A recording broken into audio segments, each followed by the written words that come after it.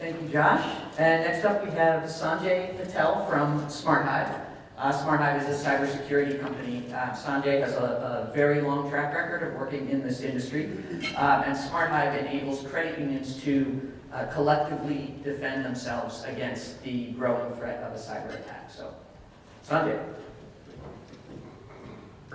Thank you, Professor.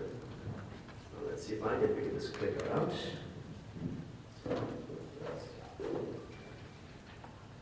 There's a button here somewhere. I know that. Let's try it this way. Oh, look at that. That works, actually. Well, thank you, Melissa. Thank you, everyone. As Melissa said, my name is Sanjay Patel. I'm the CEO and founder of a company called Hive. We are a cybersecurity company. How many of you worry about cybersecurity on a regular basis? So none of you. Okay, good to know. I have 10 minutes, 50 slides. I speak really fast. Don't worry about it. We'll get through it, I promise you. There's coffee on the table. And I had some. So let's talk about cybersecurity, right? Your entire business relies on technology. Every single person that's been on this stage so far has shown you something that required a computer and not a typewriter, right? How many of you have a typewriter in your company still, right? Well, shocking. Okay, one person. You should get rid of it. They don't sell ribbons anymore. So cyber attack is the #1 global financial system issue according to the Fed. You've heard Biden say constantly, you've heard everybody on TV yelling and complaining about cybersecurity because it is a real problem, right? You as a company have employees who bring computers, who work on computers, who have a phone, who with COVID have been working from home, so they bring remote systems into your network. You have multiple locations. Each location is connected to each other through some sort of a network, and there are multiple computers in each network. Then you have partners. If you go out to the marketplace, every one of those persons is a partner, right? They're going to connect to you somehow. You'll connect to them somehow. They'll hold your data, or you'll hold their data, and you'll need to have a connectivity to them in order to be able to do business with them. And then you have cloud services, Office 365, Google, Salesforce. These are all in the cloud, right? They all connect to you somehow. You connect to them, you authenticate to them. You most likely use the same password for everything, as you shouldn't, but you do.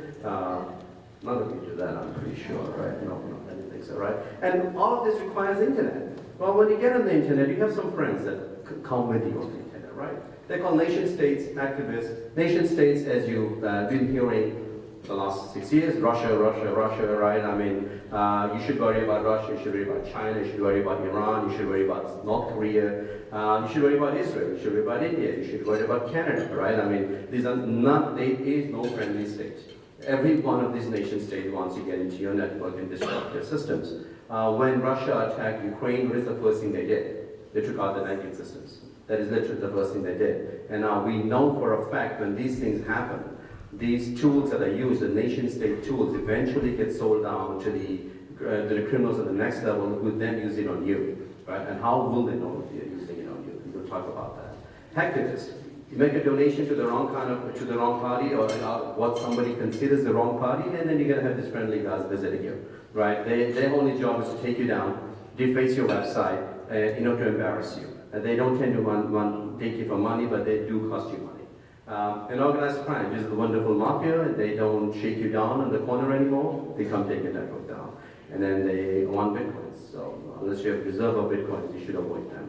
And the next set of groups are your wonderful hackers, right? These are your 16-year-olds at home who couldn't get a date for a Friday night, so they said, let's check your network out.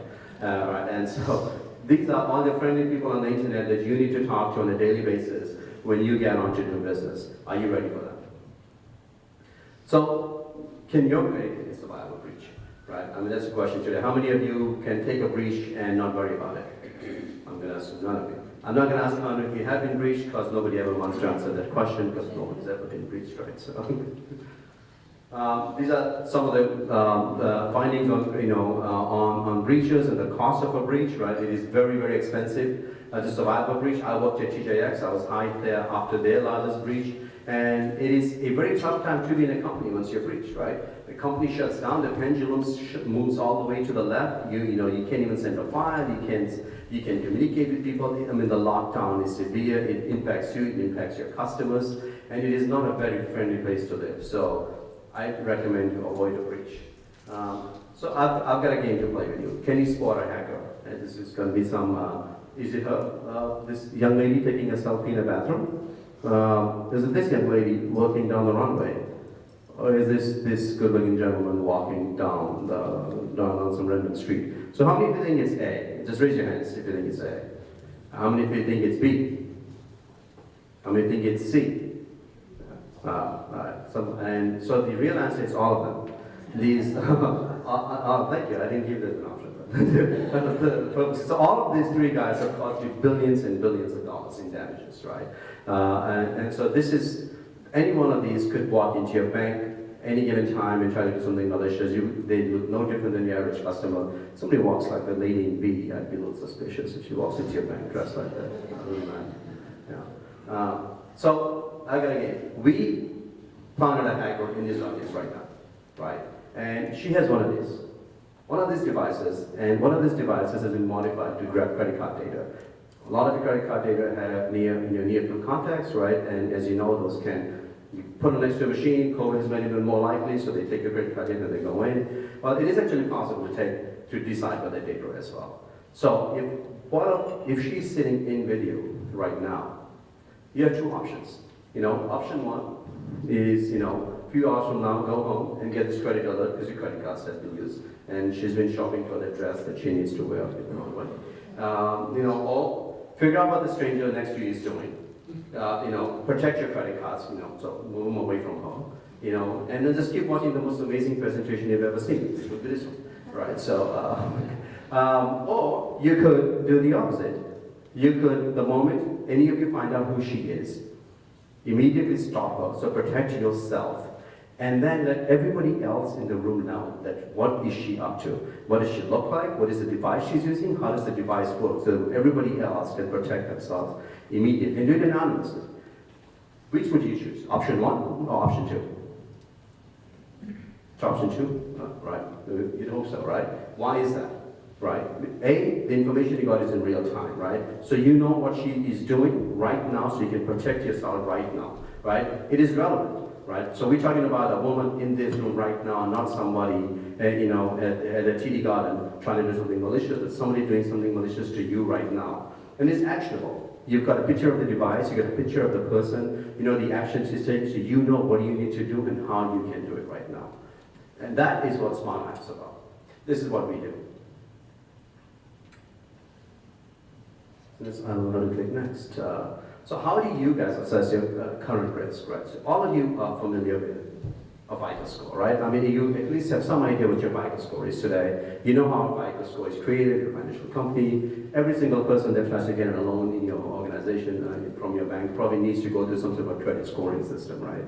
I could dress up, walk up in a nice suit, and ask for a $1,000 loan. Doesn't mean you're going to give me one. You still run a credit score on me, trying to figure out who I am, right? So how do you assess what do you do for your CU? What is your current risk score for your CU, right? What if you could do the same exact thing for your credit union?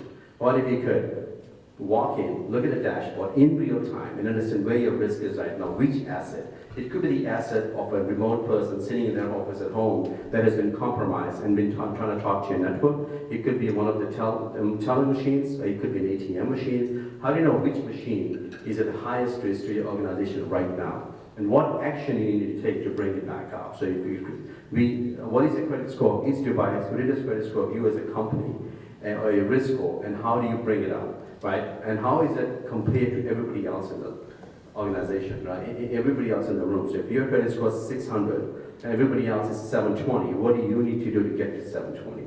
Or if yours is 720 and everybody's is 820, what do you need to do? So how do you compare to your peers? How do you get this data in real time but anonymously, so you don't know who the rest are, and how do you fix that?